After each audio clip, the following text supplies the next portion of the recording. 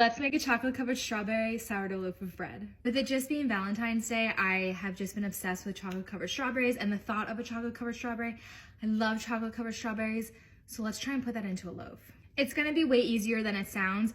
I'm basically doing my white chocolate strawberry sourdough loaf of bread, but instead of white chocolate, I'm gonna do regular chocolate, real chocolate. In my bowl, we're gonna add 125 grams of sourdough starter.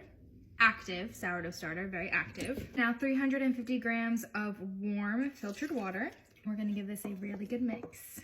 Now we put it back on our scale and we're gonna add 525 grams of King Arthur unbleached bread flour, of course, and 10 grams of Himalayan pink salt extra fine. And now we're gonna whisk this up really good until it's all combined and we get a nice shaggy dough. Y'all, I really contemplated doing a chocolate loaf for this one and then just adding strawberries as the inclusion, but my chocolate chip sourdough loaf turned out so freaking amazing that we're gonna go that route. I'm gonna add chocolate chips during the stretch and fold process and then add the strawberries during the shaping process.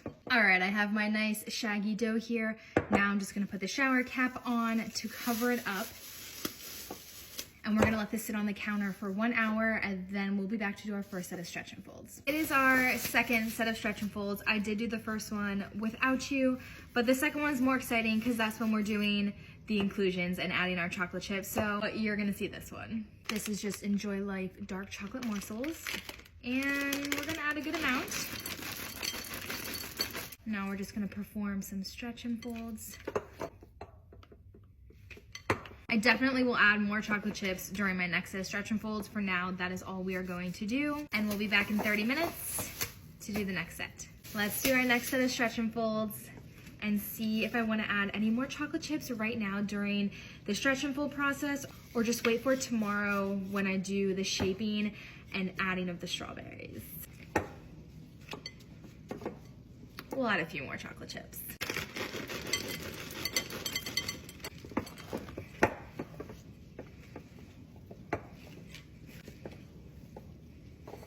Alrighty, we're gonna put our plastic cover back on, let this sit for one final 30 minutes.